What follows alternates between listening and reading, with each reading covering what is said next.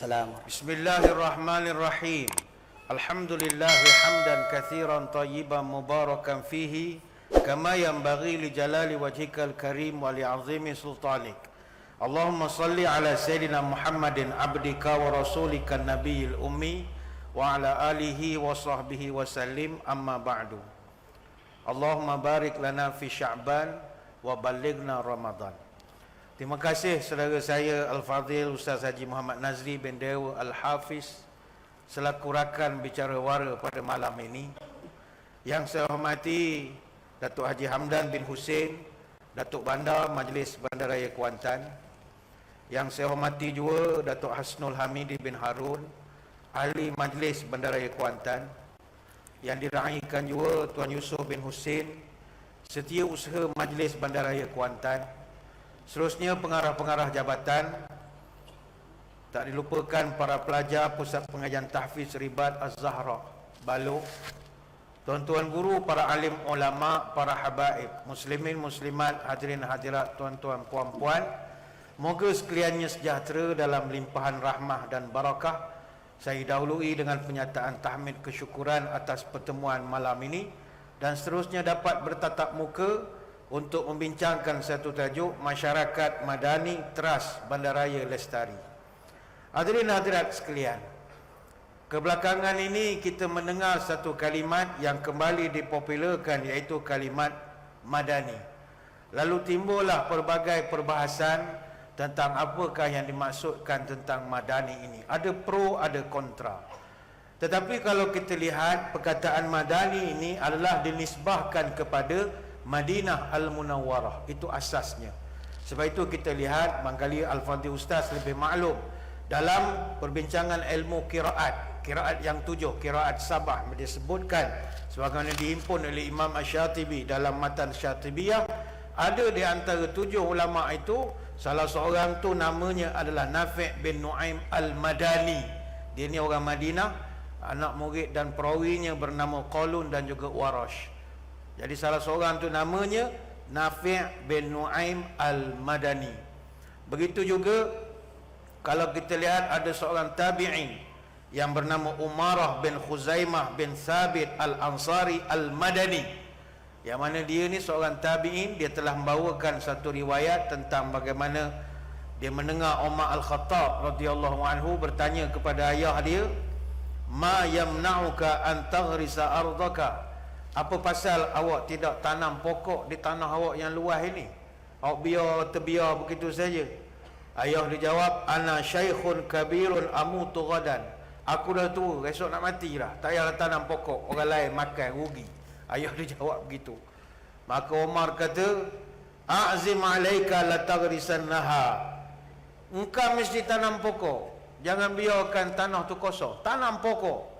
Falaqad ra'aitu Umar bin Khattab yaghrisuha biyadihi ma'a abi. Aku tengok Umar Al-Khattab sendiri datang tanam pokok itu dengan ayah aku sekali. Jadi dia ni juga menggunakan nisbah Madani, dia orang Madinah. Ataupun macam kita yang mengaji Al-Quran, kita kenal dengan ayat-ayat Quran ni, ada ayat dipanggil Makkiyah dan satu lagi Madaniyah. Ayat Makkiyah ni yang turun di Mekah, ada 86 surah. Ayat-ayat atau surah yang turun di Madinah dipanggil Madaniyah. Ada berapa surah? Ada 28 surah. Maka dalam membicarakan tentang Madani ini adalah kita bercita-cita nak mewujudkan masyarakat yang membangun seperti mana masyarakat di kota Madinah Al-Munawwarah dulu. Dan kita nak membangunkan bandar kita sama macam cara Nabi bangunkan bandar Madinah. Tuan-tuan sekalian, Madinah ni dia bukan bandar yang dibina secara tak terancang. Madinah Al-Munawwarah adalah bandar yang dibina dengan sangat terancang. Daripada zero, Nabi susun satu persatu.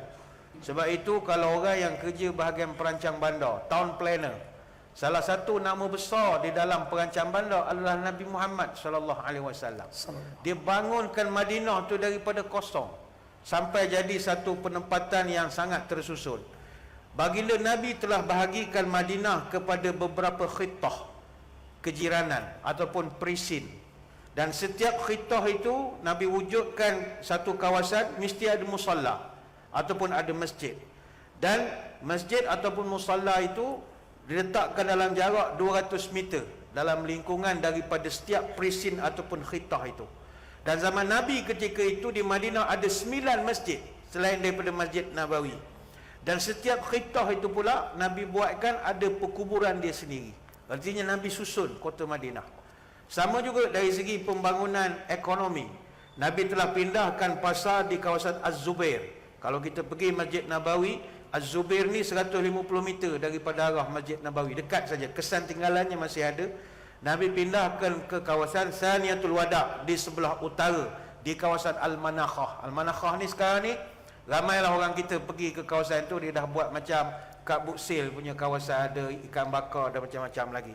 Dan Nabi telah berikan satu arahan yang jelas, la tatahajjaru, biarkan jualan secara terbuka, macam kita buat cara pasar tani. Jangan ada dinding, jangan buat bangunan, biarkan secara open air. Zaman Nabi telah diperkenalkan kaedah itu. Cuma zaman Khalifah Hisham bin Malik, Khalifah dinasti Umayyah ke-10, barulah dia buat binaan di kawasan tapak Al-Manakhah itu. Kemudian Nabi juga telah merancang bandar Madinah, reka bentuk kediamannya ada seni dia. Dan kediaman yang dibina di zaman Madinah itu mesti memelihara hak dan juga privasi penghuni dia. Sebab itulah apabila ada orang marah kepada majlis bandaraya, nak renovate rumah kena kebenaran, kalau tak buat salah sambung rumah sendiri, bukan pakai duit awak. Tak. Apabila kita renovate rumah, mengganggu ketenteraman rumah orang atau menyekat orang punya kebebasan, itu adalah kesalahan dalam agama. Sehingga Nabi mengajarkan fala tahjubur rih, jangan awak bina binaan yang menyekat angin masuk ke rumah orang. Kenapa? Sebab asalnya tak berdinding, awak buat dinding tanpa kebenaran. Ataupun awak sambung dapur sampai ke longkang belakang, air menitik masuk ke laman rumah orang atau belakang rumah orang. Jadi ini bukan peraturan duniawi, ini peraturan Nabi susun supaya orang selesa duduk dalam kediaman masing-masing. Itu yang ketiga. Yang keempat, ketika Nabi membangunkan Madinah, Nabi memastikan benda paling mustahak ketika itu bekalan air bersih. Disebabkan zaman Madinah air bersih tidak dikawal oleh orang Islam. Kalau Islam baru pindah masa itu, baru hijrah. Jadi kebanyakan air yang terawat ini dimiliki oleh orang-orang Yahudi. Lalu Nabi telah menyatakan hasratnya, may yashtari bi'ra rumata fayakunu dalwuhu fiha ma'adila'il muslimina bi khairi lahu minha fil jannah. Siapa-siapalah boleh beli telaga Roma. Ada satu telaga yang begitu strategik sekali. Dan aku doa kalau siapa dapat beli, setiap kali orang ambil air dia akan dapat pahala sampai bila-bila. Ni hadis riwayat Tirmizi dengan Baihaqi. Jadi dipendekkan cerita, ramai orang nak membeli tapi Yahudi itu tak nak jual. Pemilik asal telaga itu tak nak jual. Sampai dibuat signboard besar, la abi'ul ma' lil muslimin. Aku takkan jual air ni pada orang Islam, pergi ni. Tapi akhirnya berjaya dibeli oleh Osman bin Affan radhiyallahu anhu. Yang mana Osman bin Affan radhiyallahu anhu ketika itu dia berjaya membeli telaga itu dengan harga yang sangat mahal, luar biasa sekali harga. Tetapi dia tetap mampu membelinya kerana dia adalah jutawan ketika itu. Sebab itu Osman sampai sekarang kaya. Dan perigi itu masih ada. Kalau tuan-tuan pergi ke Madinah, ada kawasan nama Bi'run Osman, perigi atau telaga Osman, masih ada sampai sekarang. Dan dia ada kawasan kebun di situ. Stadion Osman dia pernah tanam ada 1550 pokok kurma dan masih lagi mengeluarkan hasil bergenerasi-generasi. Rezeki masih ada di situ. Jadi tuan-tuan dia nak berangkat cuti sekolah, ziarah Madinah, pergi je sendiri, tahan teksi Ujrah putih tu. Dia tanya Rahfin bagaimana? Bi'run Osman, semua orang tahu. Cakap elok-elok Bi'run Osman, yang cakap Kelantan dia tak faham. Rahfin, Bi'run Semeh. Semeh apa dia? Semeh. Semeh dok mana Kota Baru kau? Bi'run Osman, bukan Semeh. Semeh tak ada. Itu yang keempat. Yang kelima, Nabi buat insentif untuk tanam pokok secara besar-besaran. Sebab itu kita pergi ke Madinah, kita tengok muka buminya berbeza dengan Mekah. Mekah agak gersang tandus berbanding dengan Madinah. Sekarang dah ada pakej baru pula dah, bersantai di ladang kurma. Satu pakej baru orang sana sediakan.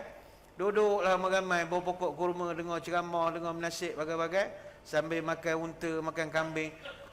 Itu pokok-pokok yang ditanam itu inisiatif yang dilakukan sejak daripada zaman Nabi SAW. Nabi minta ramai orang supaya tanam pokok. Itu sebablah zaman Nabi, siapa yang usahakan tanah terbiak, maka mereka akan diberikan anugerah tanah itu.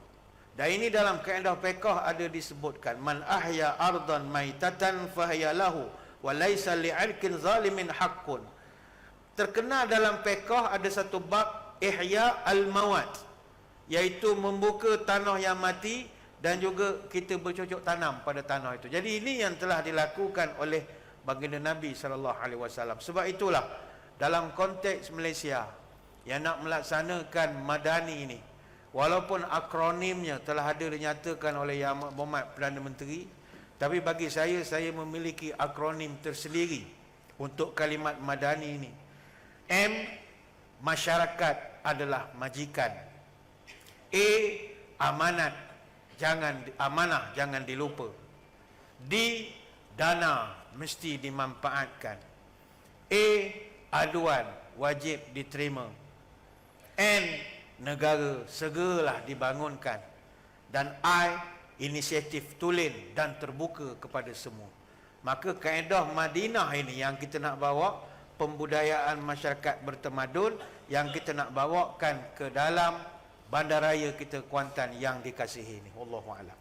Terima kasih. Dua-dua ayat ini dia ada saling kaitan antara satu sama lain, iaitu berceritakan tentang bagaimana apabila penduduk sebuah negeri atau bandaraya itu, mereka ada dua perkara, dia panggil IT. IT ni bukan information technology, tetapi IT ni iman dan takwa. Apabila dia ada iman dan takwa ini, Allah bukakan berkat di dalam bandar itu. Sebab itu bila Al-Fadhil Ustaz sebutkan tentang surah Sabak, baldatun thayyibatun wa rabbun ghafur. Sabak ni kita kena ambil pelajaran daripada dia. Negeri Sabak ni tuan-tuan adalah negeri yang sangat maju, luar biasa sekali, menjadi pusat perdagangan terpenting di utara Arab ketika itu. Sabak ni negeri tua, negeri lama di sebelah selatan Jazirah Arab, abad ke-11 sebelum Masih. Dia peradaban yang begitu besar sekali. Dan penduduk Sabak ini terkenal dalam sejarah sebagai bangsa yang berperadaban tinggi, yang mana kemudiannya popular menjadi negeri contoh kepada banyak negeri-negeri yang lain, sehingga disebutkan qad kana li sab'in fi maskanihim ayat jannatani ayyamini wa shimal kulu min rizki rabbikum washkuru lah baldatun thayyibatun wa rabbun ghafur. Dan sesungguhnya bagi kaum Sabak ada tanda kekuasaan Tuhan di tempat kediaman mereka, iaitu dua buah kebun di sebelah kanan dan di sebelah kiri mereka ada kebun. Kemudian dikatakan, makanlah olehmu dari rezeki yang Tuhan berikan dan bersyukurlah atas rezeki ini. Negerimu adalah negeri yang baik dan Tuhanmu adalah Tuhan yang maha pengampun. Surah Sabak ayat 15. Kata ulama tafsir, Sabak ni dulu dia telah berjaya bina sebuah empangan gergasi yang mana dinamakan sebagai empangan Ma'arib. Tingginya 16 meter, lebar 60 meter, panjang 620 meter. Empangan ini dia buat zaman itu bukan teknologi sekarang, zaman kuno. Dia boleh buat empangan yang menghubungkan dua dataran, dan selama 1500 tahun negeri Sabak subur, aman dan juga makmur. Sebab itu sampai sekarang kalau kita pergi ke tempat tinggalan mereka di Yaman ini, runtuhan empangan itu masih boleh dilihat sampai sekarang. Punyalah teknologi dia, engineer dia, arkitek dia punya hasil binaan masih ada sampai sekarang. Majunya teknologi mereka. Zaman Sabak ni hadirin hadirat sekalian adalah zaman yang sangat makmur. Kata para ulama tafsir, zaman itu mana-mana perempuan yang melalui di bawah pokok buah, mereka tak perlu petik buah dengan cara nak kena panjat atau nak kena kait pun pokok itu. Mereka cukup dengan junjung bakul saja. Di bawah pokok-pokok itu, buah-buah itu akan masuk sendiri di dalam bakul. Begitu lebatnya buah, lalu saja, banyak betul.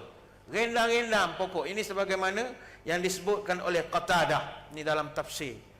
Begitu juga perjalanan mereka yang berulang-alik daripada Sabak ke Syam. Syam ni belah Syria, Palestin, Jordan, Israel, Palestin sekarang ni. Itu semua dipanggil Syam. Lebanon itu semua Syam. Daripada selatan nak pergi ke utara yang memakan jarak ribuan kilometer. Musafir yang zaman itu mereka tidak memerlukan kepada bekalan yang banyak untuk berjalan. Dan mereka tak perlu takut kepada ancaman perompak kerana begitu aman sekali. Sebagaimana disebutkan oleh Zamakhsyari, وَجَعَلْنَا بَيْنَهُمْ وَبَيْنَ الْقُرَى الَّتِي بَارَكْنَا فِيهَا قُرًى ظَاهِرَةً وَقَدَّرْنَا فِيهَا السَّيْرَ سِيرُوا فِي اللَّيَالِيَ وَأَيَّامًا آمِنِينَ. Dan kami jadikan antara mereka dan antara negeri-negeri yang kami limpahkan berkat padanya beberapa negeri yang berdekatan, dan kami tetapkan antara negeri itu jarak-jarak perjalanan. Berjalanlah kamu di kota itu pada malam hari dan siang hari dengan aman. Dalam surah apa ayat itu? Surah Sabah ayat 18. Tapi sayang, masyarakat di Sabah ketika itu, disebabkan teknologi mereka tinggi, orang alim berilmu ramai, tapi akhirnya mereka lupa diri. Kemewahan dan kehebatan kemakmuran itu menyebabkan mereka engkar kepada Allah yang telah selama ini melimpahkan nikmat pada mereka. Mereka juga telah melupakan seruan para rasul, bahkan mereka ambil keputusan untuk sembah matahari. Padahal Ratu Sabak pernah tunduk kepada ajaran Nabi Sulaiman, tetapi beberapa generasi yang kemudiannya mulai engkar dan mereka kembali sembah matahari. Justru itulah Allah timpakan kepada mereka azab berupa banjir besar yang terjadi kerana runtuhnya empangan Ma'arib tahun 542 sebelum Masihi. Banjir besar ini begitu dahsyat sekali. Dalam tafsir disebutkan seluruh negeri rata di banjir dahsyat ini. Luar biasa sekali.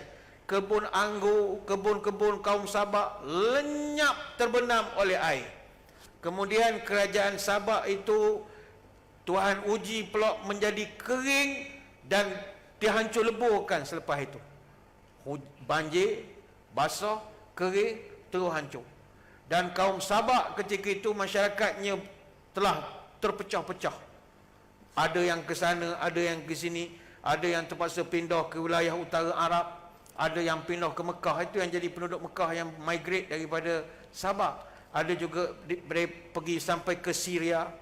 Dan mereka ini Allah telah gantikan dengan kerajaan Himyar ataupun kerajaan Tubak, yang mana disebut oleh Allah dalam surah Ad-Dukhan ayat 37.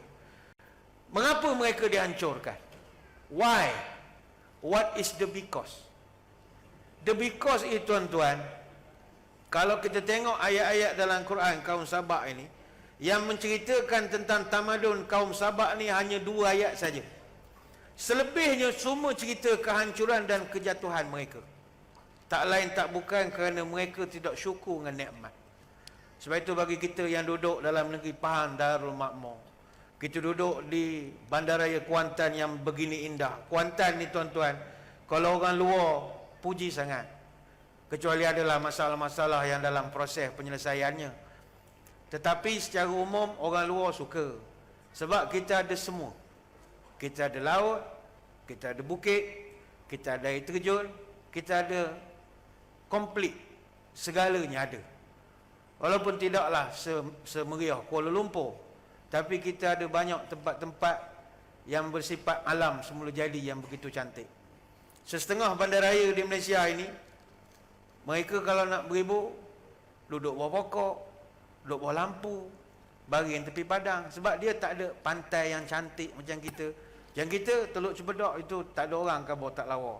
Dulu lagi lawa lah, manusia pun gitu. Dulu lawa, sekarang tak apa lawa. Itu biasalah, umur dah meningkat. Tapi kita ada benda itu.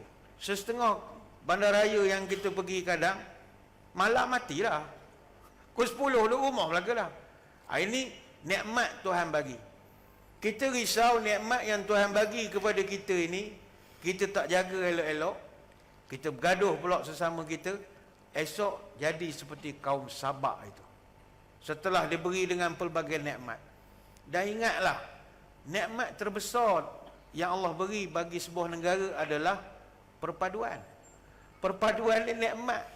Tapi kalau kita bercukar siang malam, bergaduh, hilang keberkatan. Ditarik keberkatan itu tadi. Berbanggalah dengan negeri kita. Kita orang negeri faham bukan kita taksub, tidak. Negeri kita ni negeri yang paling lawa lah Allah Ta'ala bagi. Ada kelemahan tapi tak boleh lawan. Negeri yang besar. Kita negeri Pahang ni keluasan kita 35,965 km persegi. Kita ada sungai terpanjang Tuhan bagi 475 km. Kita ada pantai terpanjang berhadapan Laut Cina Selatan 246 km. Kita ada banjaran gunung tertinggi di Semenanjung Malaysia. Kita ada sumber hutan yang luas. Ini semua nikmat Allah Ta'ala bagi. Tapi kalau tak dijaga, standby. Tuhan akan tarik balik satu sekali nikmat itu satu persatu. Wallahualam. Terima kasih. Lestari ni kita kena faham. Lestari dia ada beza. Lestari, melestarikan, pelestarian, kelestarian. Oh, dia beza-beza. Lestari maknanya benda kekal, tidak berubah-ubah. Melestarikan, mengekalkan ataupun kita menetapkan. Pelestarian, pelindungan daripada kemusnahan. Kalau kelestarian, keadaan yang tidak berubah. Sebab itu kosakata lestari ini dia kata serapan daripada Indonesia. Kalau dalam bahasa Inggeris dia setara dengan maksud everlasting.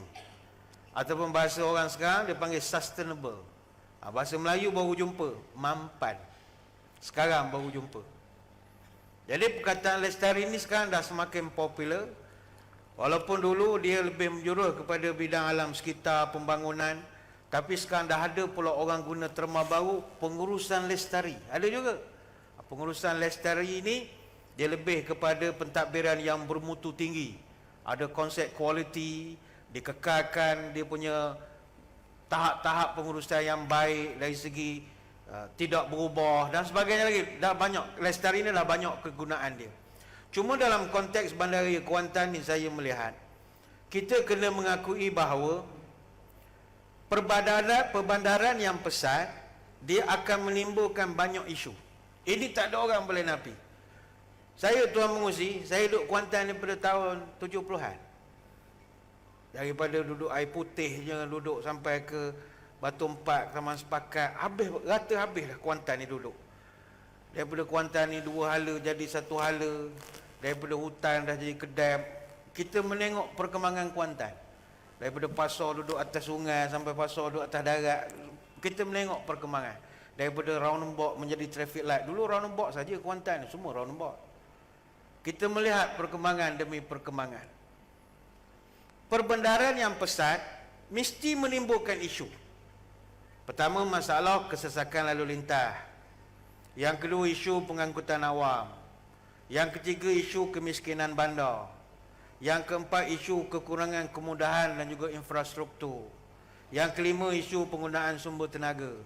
Yang keenam, isu urus tadbir bandar dan banyak isu-isu yang lain.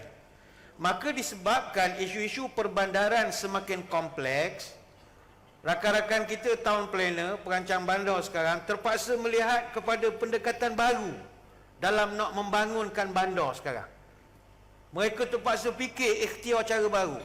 Maka lahirlah macam-macam konsep, antaranya konsep bandar pintar. Ada dipanggil pembangunan berorientasikan transit ataupun TOD, Transit Oriented Development. Ada pula bandar rendah karbon, low carbon cities. Tahniah kepada Majlis Bandaraya Kuantan yang telah dapat pengiktirafan sebagai low carbon city ini. Tahniah diucapkan. Yang keempat, bandaraya berdaya tahan risiko, disaster resilient cities. Ada pula konsep kejiranan hijau. Ada pula konsep bandar selamat. Ada pula konsep bandar padat dan macam-macam lagi. Tapi semuanya ini takkan menjadi erti kalau peranannya hanya dijalankan oleh Majlis Bandaraya Kuantan. Kita semua warga Bandaraya Kuantan ini mesti sayang kepada bandar kita ini. Di sinilah kita dilahirkan, kita besar di sini, cari rezeki di sini, kita temu jodoh di sini, kita berkeluarga di sini. dan mungkin kita mati juga di sini. Maka mari kita menyumbang. Apa bentuk sumbangan kita? Pernah dulu keluar satu berita, tapi ini berlaku dekat kawasan Hulu Selangor. Pihak berkuasa terpaksa seal kawasan peranginan perkelahan di Hulu Selangor. Laluan dekat Temple Park pun pihak pengurusan terpaksa buat sekatan, tak bagi orang masuk dah berkelah. Apa sebab? Ketika itu pengunjung datang bawa makanan tapau, bawa dalam polisterin dan bagai-bagai. Habis makan dia tinggal setinggal-tinggalnya sepanjang tepi sungai itu. Akhirnya jadilah pencemaran, kecil tikus dan sebagainya lagi. Sebab itu yang ini kita kena ambil kesedaran. Lestari celah mana kalau tak ada perangai tak berubah. Sebab itu kalau kita tengok di Eropah, Rhineland di Germany, kalau kita tengok Rhineland Germany, macam mana kita tengok dia punya sungai begitu bersih. Padahal Jerman itu adalah industrial country.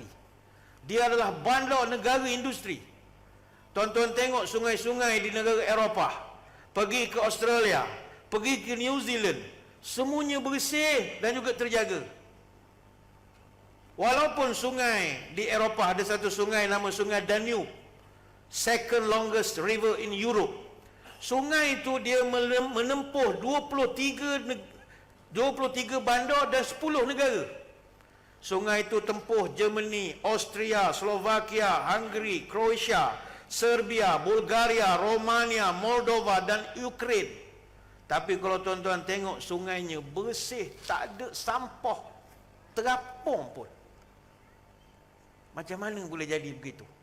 Kalau sungai itu duduk dalam bandar kita saja, kita jaga munasabah. Tempuh berapa negara? Tapi Alhamdulillah Sungai Kuantan sekarang lawa sangat. Tahniahlah kepada Majlis Melaria Kuantan. Yang tak kerti bahasa ada lagi, yang campur-campur tu ada lagi. Dia habis rokok, puk dia jentik, nampak pula jauh. Ingat bunga api, rupa campur rokok. Ada lagi lah. Apa yang membezakan orang Eropah dengan orang kita? Yang membezakan adalah education, pendidikan. Ya, education lah, ataupun pelajaran civic lah, yang kita nak terapkan sangat kepada anak-anak kita. Jaga alam sekitar, kebersihan, masyarakat dan sebagainya. Dan bagi kita orang Islam, tak sepatutnya benda ini kita tak jadi juara. Sebab antara tanggungjawab khalifah di muka bumi ini adalah mesti mengimarahkan bumi ini. Huwa ansha'akum minal ardi wasta'marakum fiha fastaghfiru thumma tubu ilaih.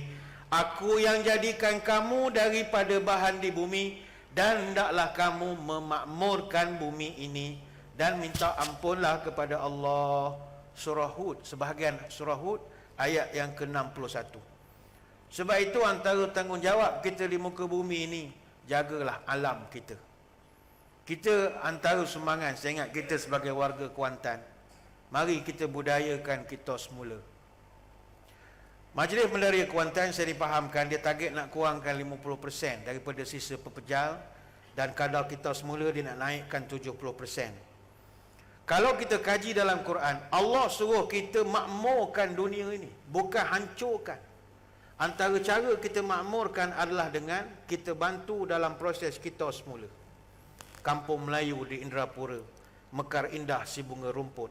Kita semula agenda negara, mengapa payah kita nak sahut?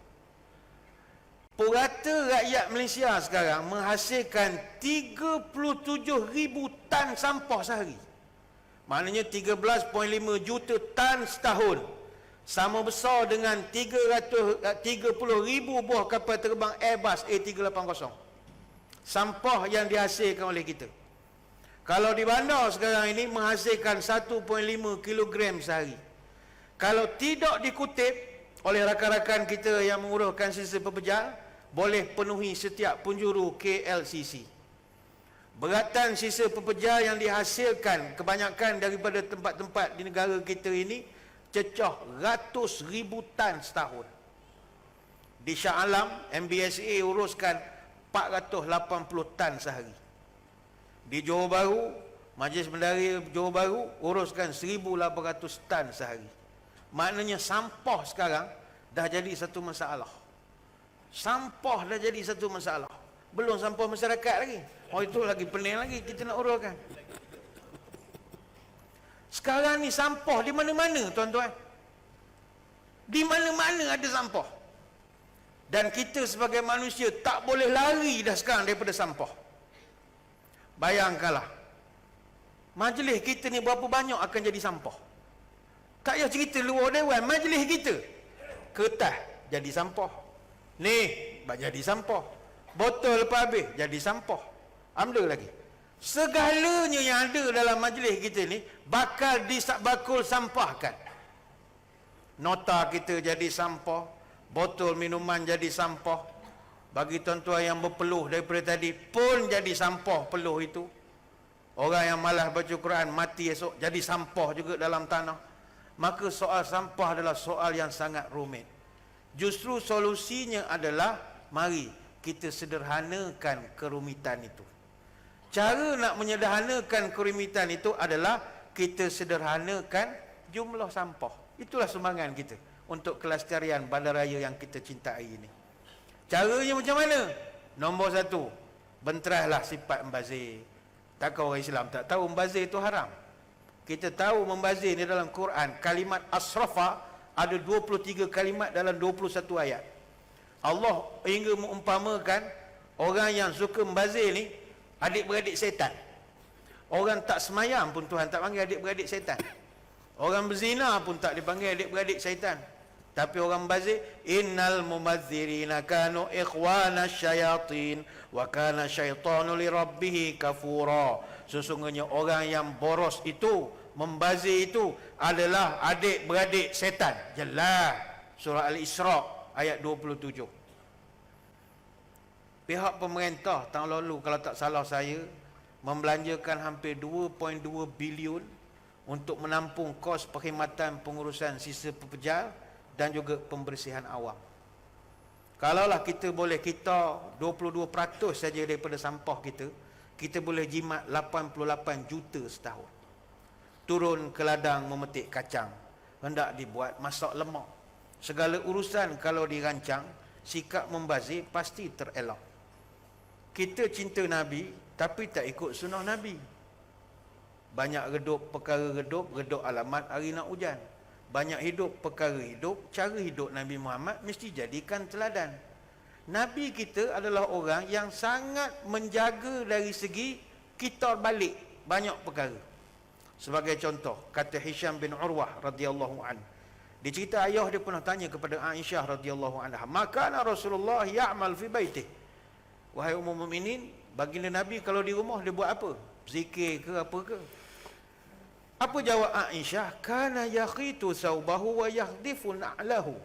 Nabi kalau dia ada masa lapang, dia akan jahit pakaiannya yang koyak dan dia akan tampal mana kasut-kasutnya yang dah koyak. Ini gambaran sifat orang yang sentiasa guna balik barang yang masih boleh dipakai. Sebab itulah Nabi ni kehidupan baginda menyumbang ke arah sifar sampah kehidupan Nabi. Hampir sifar sampah, tak ada sampah.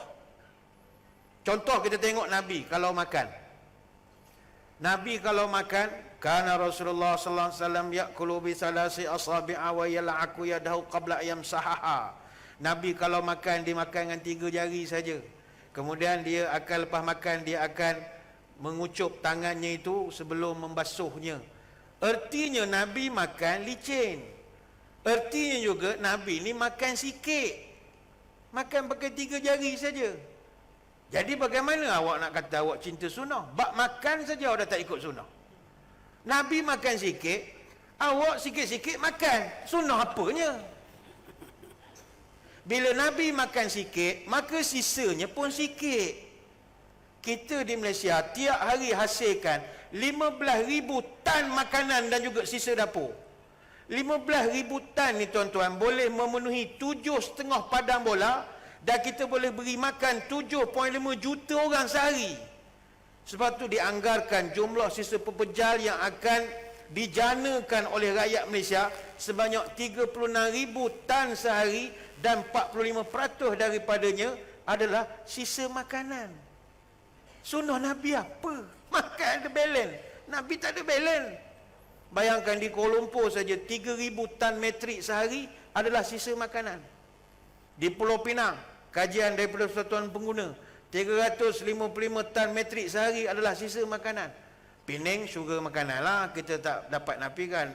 Nasi kandak, persembok, lasa Penang, cakap tu dia sur, kita tak pelik. Daripada 3,000 tan sisa pepejar, 10 hingga 15% adalah makanan yang dibazirkan. Dan ada pula dia buat kajian makanan yang telah tamat tempoh. Dan memalukan kita orang Islam, bila Ramadan sisa makanan naik pula 55%. Dah lah awak bulan puasa, patutnya lagi kurang makan. Kau banyak pula sampah. Setiap hari di bulan Ramadan tapak puluh% sampah. Di 8 buah negeri di Malaysia uruskan 15,000 tan sampah. Di mana cinta Nabi? Di mana awak ikut Al-Quran Sunnahnya? Kalau itu pun kita tak dapat nak sama-sama bantu. Sebab itu tuan-tuan, budaya kita semula negara kita sangat rendah. Sekitar 12.8%. Negara-negara maju dah 40%. Dulu Kuantan dia buat sistem pengasingan sisa pepejar ni dia buat asing. Ada hak kita semula, ada hak barang dapur, dia buatlah tong yang beza. Mengkarak. Tak ada tu dah. Ranggah semua je, bubuh pasti hitam belaka dah, tak ada dah. Payah. Orang kita tak educate. Dulu ada, kalau kita pergi Korea, baru tahu langit tinggi rendah. Tong ada macam-macam besen. Ada tong hak sisa dapur saja, ada hak tong kita semula saja. Dan sana, luar negara, nak mencari tong sampah, satu jihad lah. Dia orang tak sediakan tong sampah. Sebab dia nak didik masyarakat, jangan hidup ni penuh dengan sampah. Supaya sampah tu awak kita balik. Ada dia siap bagi duit lah, ini panjang pula cerita, orang lain tahu lah, kita tambah pula. Tapi ini yang saya sebutkan peranan kita sebagai warga Bandaraya Kuantan. Tuan-tuan, kita semula ni kena buat. Walaupun sekarang ni kita semula dia dah old school lah. Sekarang ni orang dah tak recycle dah. Orang sampai peringkat benda tu boleh jana pendapatan pula daripada recycle itu. Tapi kalau kita nak buang sampah tanpa recycle, memang memakan masa benda tu habis. Saya ambil contoh. Tisu tandas, kalau nak dilupuskan, 2 hingga 4 minggu baru hancur. Tisu tandas. Beg kertas, sebulan baru hancur. Surat khabar, setengah bulan baru hancur kalau kita buang. Kertas cardboard 2 bulan. Sarung tangan kain 3 bulan. Papan plywood 1 hingga 3 tahun baru hancur. Stokin bulu kita buang 1 sampai 5 tahun baru hancur. Kotak minuman, 1 kotak minuman 5 tahun baru boleh hancur. Apa lagi? Puntung rokok yang tuan-tuan campur luar tingkap. Nampak mudah saja campur, tapi puntung rokok nak hancur 10 hingga 12 tahun. Kasut kulit kita buang 25 sampai 40 tahun. Bekas tin kalau buang 50 tahun. Kasut but getah kalau buang 50 hingga 80 tahun baru hancur. Bekas simpanan plastik, Tupperware dan macam-macam 50 sampai 80 tahun. Tin minuman aluminium 200 sampai 500 tahun. Botol plastik 450 tahun. Lampin pakai buah anak cucu kita 550 tahun. Beg plastik 200 sampai 1000 tahun. Lepas tu sekarang tak ada lah orang pakai beg plastik. Dah menjadi satu kesalahan pula setengah tempat. Kalau buang kaca, anggaran 1 hingga 2 juta tahun baru hancur. Maka macam mana kita nak bantu? Kita Islam, beriman, tapi kita malu dengan kawan-kawan kita di Eropah yang tidak semayang bam pun serupa kita, tak faham Quran pun. Tapi sungai mereka bersih, sampah mereka, kita malulah bila bandingkan dengan tempat kita. Jadi ini kalau ditanya, peranan siapa? Peranan kita semua. Tak dapat nak dipikul oleh Majlis Bandaraya, saya tak mampu dia. Wallahualam. Terima kasih pada Datuk. Padat dan jitu Datuk. Menceritakan tentang sampah saja Datuk. Oh, tafsiran itu saja sangat luas. Sebab itu peranan kita perlu di antara masyarakat dan juga majlis perlu bergabung Datuk. Untuk kita nak melestarikan bandaraya kita. Macam mana Datuk cerita tadi, betapa detailnya tentang untuk kita nak merealisasikan bandaraya dalam keadaan yang mampan. Begitu juga kalau kita tengok sebagai contoh Datuk Quran itu sendiri. Kalau kita lihat yang kita ma'ruf, kita faham 30 juzuk, betul? Tapi kalau kita selidik, kalau kita kaji, Dengan surahnya ada 114 surah. Satu surah yang tidak boleh kita baca Fatihah. Detailkan lagi, ada 6,236 ayat. Kita detailkan lagi, ada 77,437 kalimah. Dan kalau kita dihitung untuk huruf tu pula mempunyai 323,671 huruf yang ada dalam Quran. Jadi hidup ni perlu ada penelitian, teliti untuk kita jadi orang yang terbaik. Seterusnya kita dapat bandaraya yang hebat. Baik Datuk, kita dah jelaskan tentang masyarakat madani, kita dah huraikan tentang bandaraya lestari, kita dah terjemahkan ayat Quran yang Datuk huraikan tadi. Dan kalau kita tengok akhirnya Datuk, last but not least, kata orang Kuantan, boleh Datuk simpulkan apa rangkuman yang telah kita bincangkan pada hari ini? Silakan Datuk. Muslimin muslimat sekalian, saya mengajak diri saya dan tuan-tuan puan-puan pada malam ini, ayuh kita cintalah kepada alam kita ini. Bandaraya Kuantan ni khususnya, tapi negara kita secara umumnya. Cintailah apa yang Allah kurniakan, kehijauan yang ada ini. Alhamdulillah tuan-tuan, Allah kurniakan tanah air kita ini gunung, hutan, sungai, bukit, flora, fauna. Dan dalam dunia kita duduk ranking yang tinggi. Kita dalam dunia di tangga ke-12 dalam mega biodiversity dunia dengan memiliki spesies flora dan fauna yang pelbagai. Kita ada 15,000 spesies tumbuhan, kita ada 306 spesies mamalia, 242 spesies amfibia, 567 spesies reptilia, 449 spesies ikan sungai, 500 spesies ikan laut, dan lebih daripada 150,000 spesies invertebrata.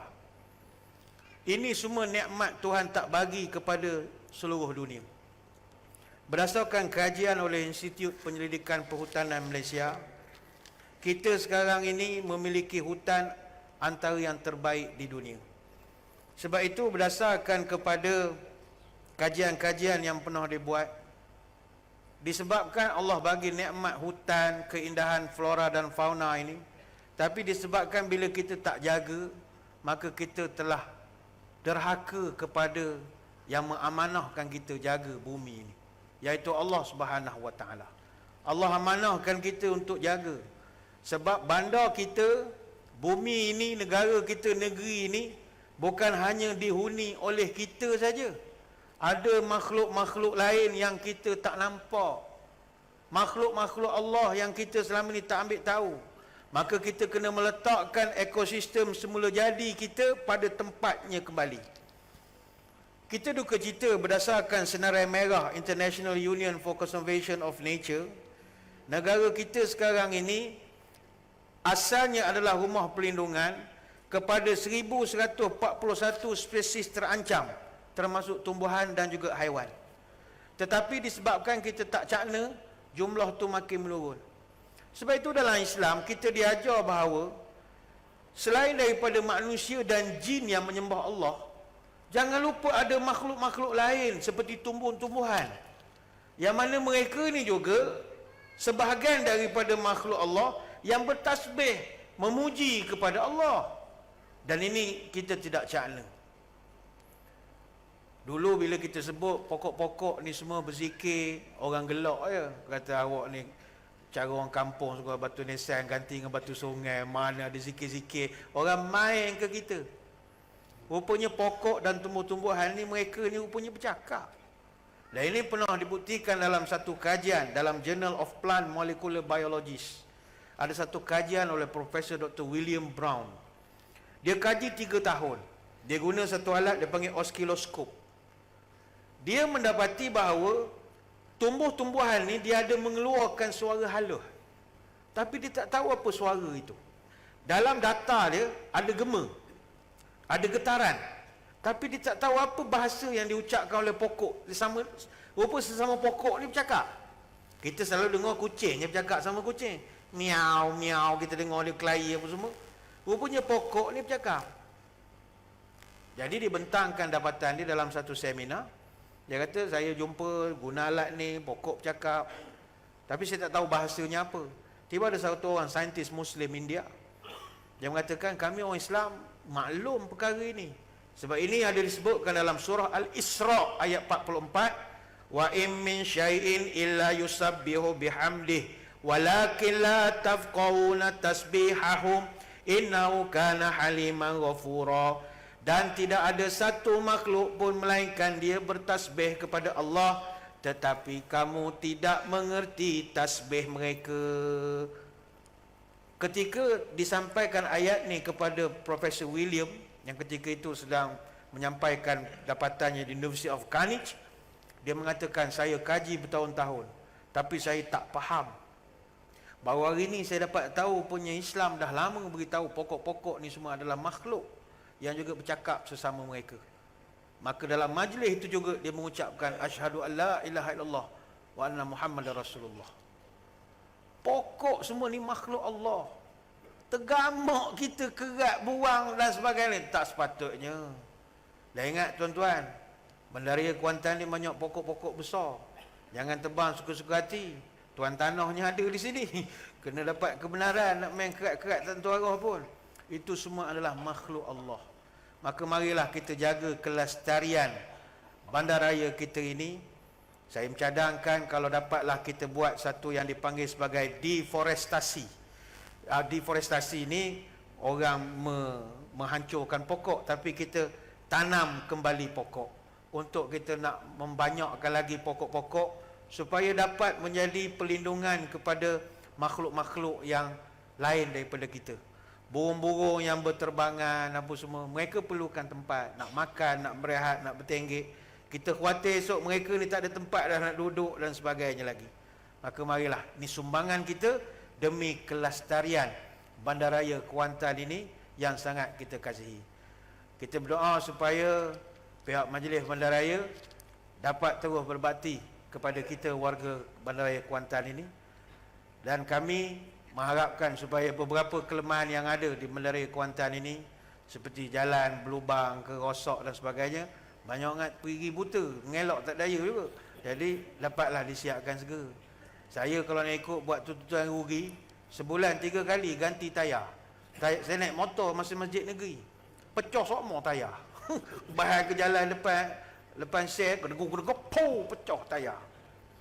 Ikut nak hantar je keling kan, tapi pengorbanan gitu, pengorbanan lah sementara untuk menantikan benda tu siap. Tapi nanti bila bandar kita dah cantik, marilah kita kekalkan kecantikan itu, jaga alam sekitar, jangan lupakan makhluk-makhluk Allah yang juga menumpang dalam bandar kita ini. Kita jaga mereka, mereka jaga kita insya-Allah. Sekadar itu, selamat ulang tahun yang kedua Majlis Bandaraya Kuantan. Dirgahayu, moga terus dapat berbakti kepada agama, bangsa dan tanah air. Wallahu a'lam.